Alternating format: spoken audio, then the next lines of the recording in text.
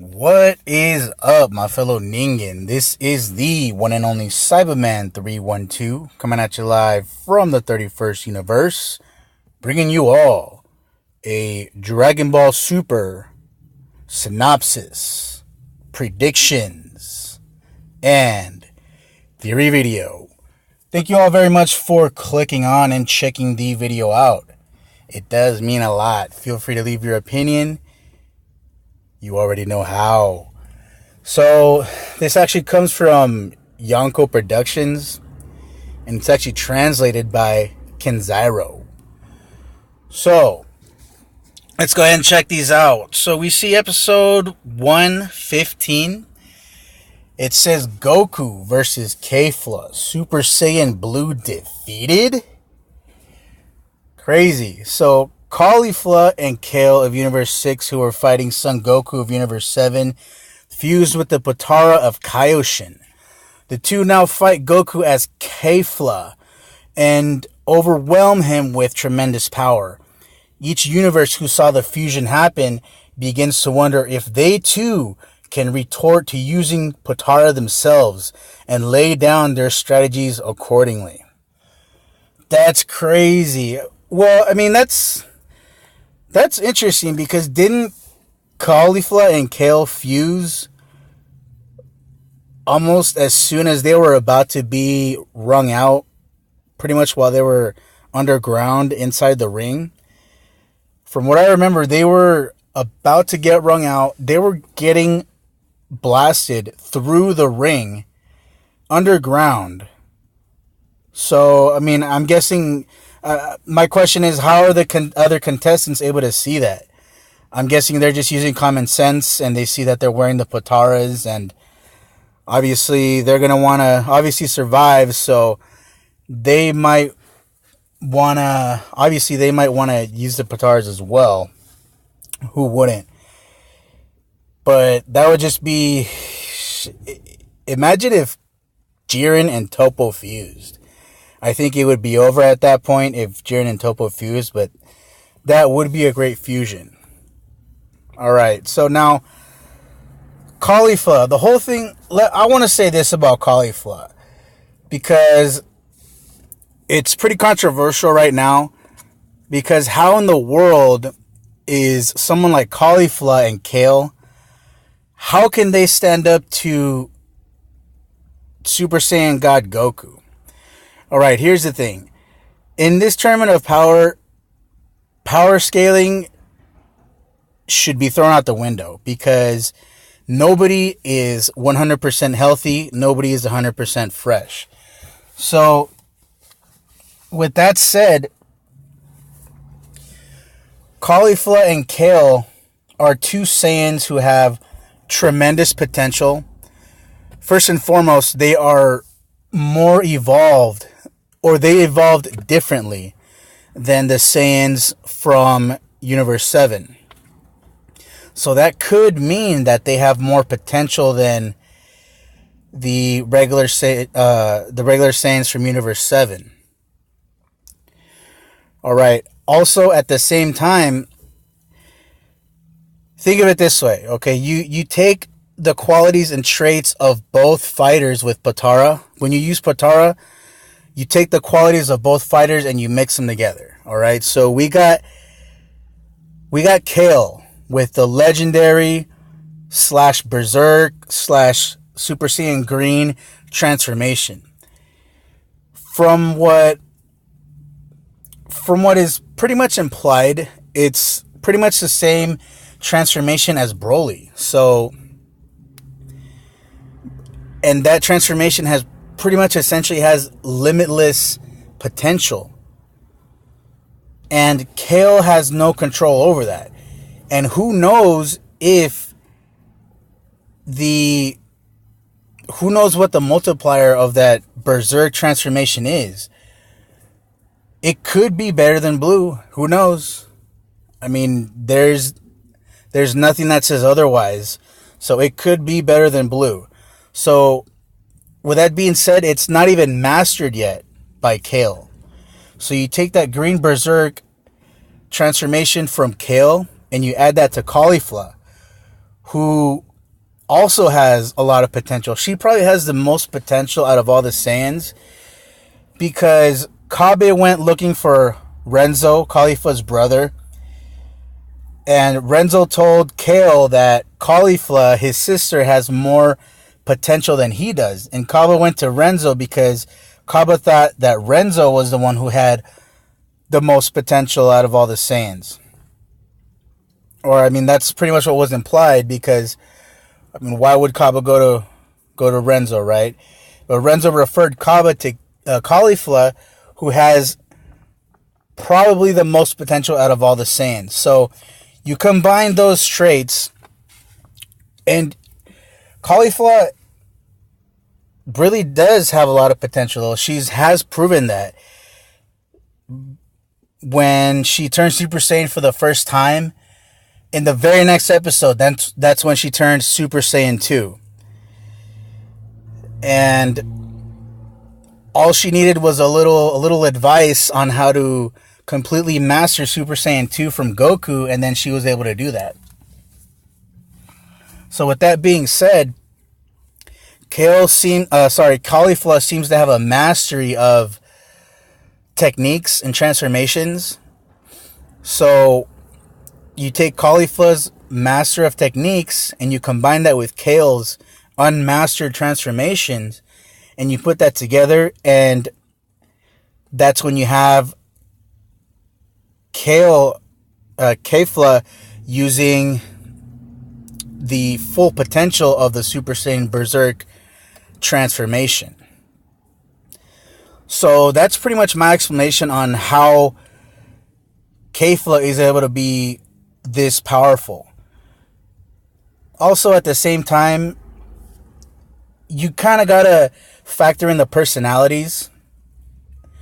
If you take the Potara of Vegeta, the fusion of Vegito, you take the personality of Vegeta, who's arrogant, proud, and all this, and you take Goku, who's humble and noble and all that. Those are opposites. And that's pretty much similar to, this is just a theory, it's pretty much similar to the rivalry factor that Vegeta and Goku had, and that's what gave them a boost. And if you look at Caulifla, she is more of an outgoing, extroverted Saiyan. She talks a lot, she's very outgoing, and that's one end of the spectrum of her personality. And then we have Kale, who is timid, she's shy, she's introverted, she is very unconfident. So quite the opposite of Caulifla, who's very confident in her abilities. So you take those two conflicting personalities, those conflicting traits, you add them together, and I mean, I'm sorry, you put them together, and that's pretty much an opposite. Fits together like a puzzle piece. And my theory is that also powers up the Potara.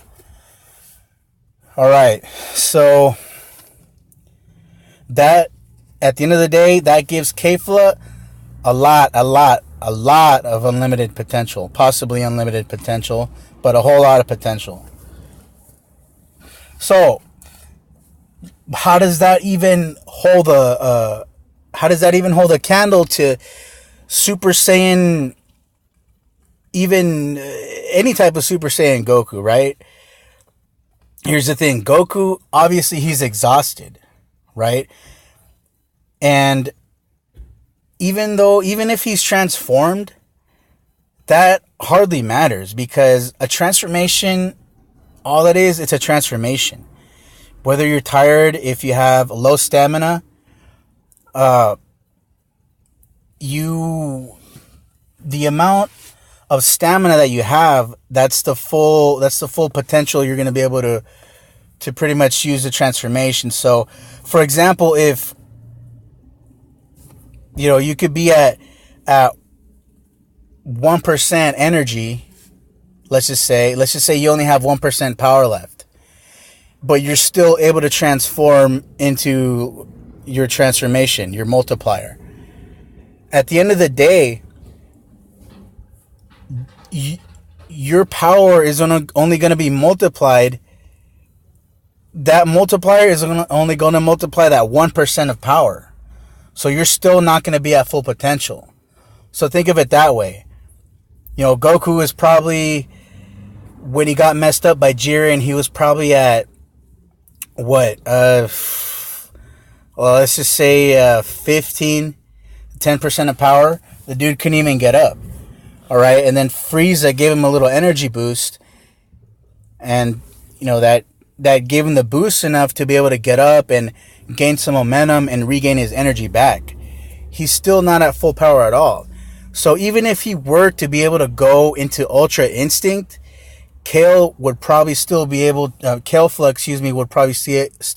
to match up to him, because who knows what the Ultra Instinct transformation multiplier form, or the form, is. Who knows what the multiplier is, but at the end of the day, Goku is really, really, really exhausted and worn out and has low stamina. So no matter what the multiplier is, the only thing that's going to be multiplied is that low little bit amount of energy. If Goku were at full 100% power, then all his power would be multiplied. All his energy would be multiplied, and then he would be able to probably, even beat Jiren at this point. But that's just a theory. That's just my explanation on it, as to why Kefla can compete at all with Super Saiyan God Goku. Alright, so let's go ahead and check out episode 116.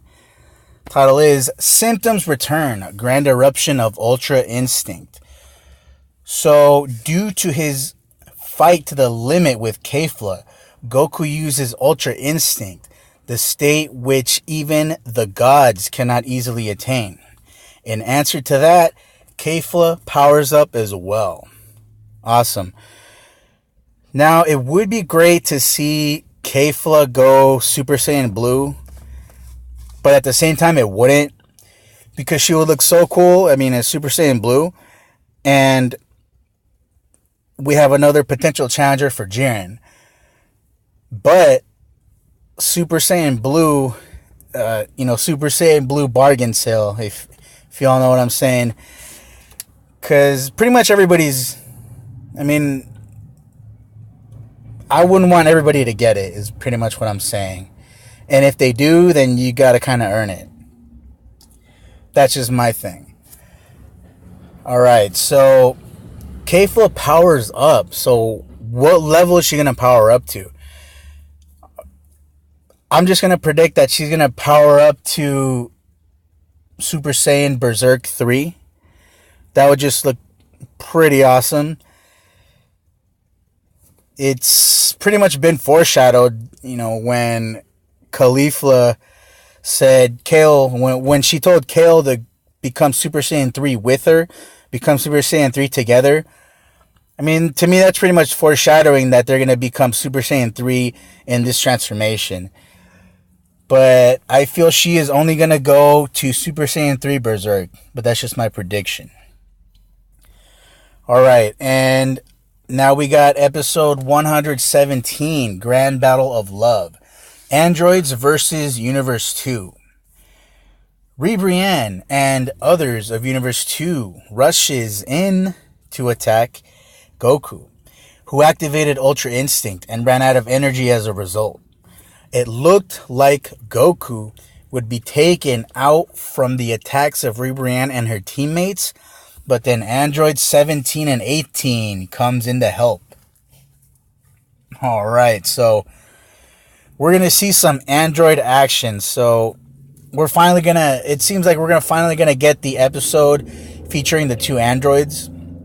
A full episode featuring these two. I can't wait. That's actually been a highlight that I've been waiting to see. Androids 17 and 18 working together again, and working together in tandem as a team like they always used to, and just taking people out. So yeah, it looks like probably Universe 2 is going to be the one to go out next. We will see what happens. Androids 17 and 18 are going to battle it out. Uh, let's see. Who's gonna eliminate Brienne? I'll predict it'll be 18. That'll just be a prediction. But alright, so episode 118 only has the title, which is Tragedy closes in on the vanishing universe. So, who's going to be eliminated? It's probably going to be Universe 2. I mean, just saying, because they're kind of annoying. So, it would be good to see them be taken out. But this has been a Dragon Ball Super predictions, synopsis, and theory video. And I do thank you all for clicking on and checking the video out. Feel free to leave your opinion on the video and the content within the video. You already know how.